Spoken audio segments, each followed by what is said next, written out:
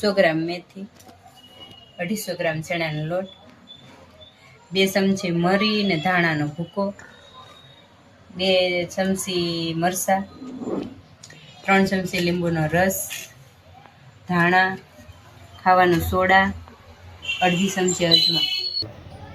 હવે આપણે આ ચણાના લોટને સાળી લઈશું. ગોટી ન રહી જાય ને એમ સાળી લેવાનો એકદમ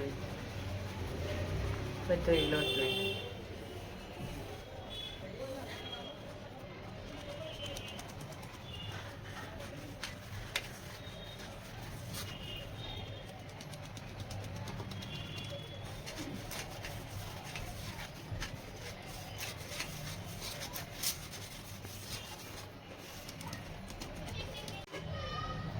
લોટ આપણો સળાઈ ગયો છે.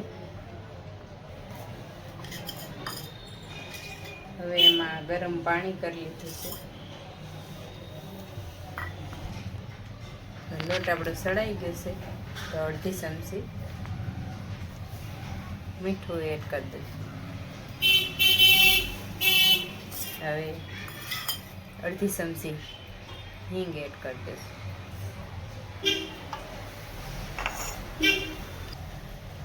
આ મસાલો મરીનો ધાણાનો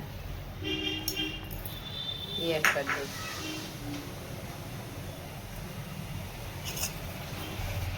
2 ચમચી મરચાં એડ કરશું. ધાણા એડ કરશું.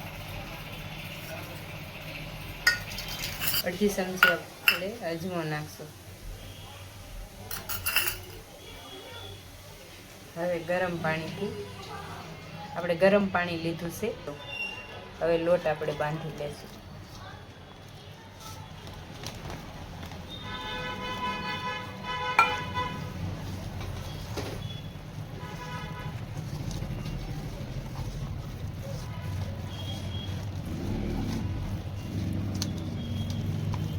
હવે આપણે થોડીક વાર મૂકી દઈશું ઢાંકીને.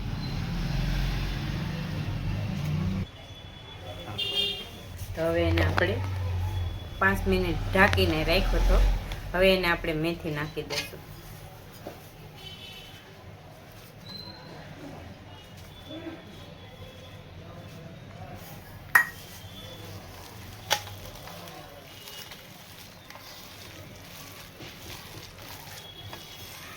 જો લોટ કઠણ લાગતો હોય તેમાં થોડુંક પાણી એડ કરશું. આપણે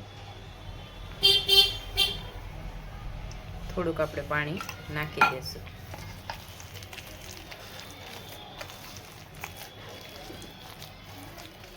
મેથી નખાઈ ગઈ છે. આવી રીતનો લોટ થઈ જવો જોઈએ. હવે એમાં આપણે ખાવાનો સોડા નાખશું. ખાવાનો સોડા મેં એટલો લીધો છે, થોડીક એવો લીધો છે.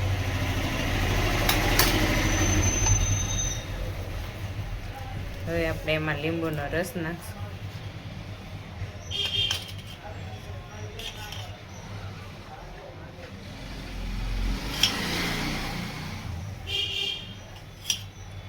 ત્રણ ચમચી લીંબુનો રસ નાખ્યો છે. હવે હલાવી લેશું. જો એકદમ બેટર. હવે એમાં આપણે તેલ નાખી દઈશું.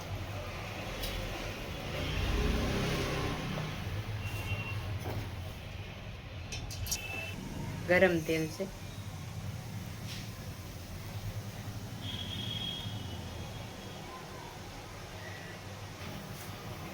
હવે આપણે એને હલાવી લેશું.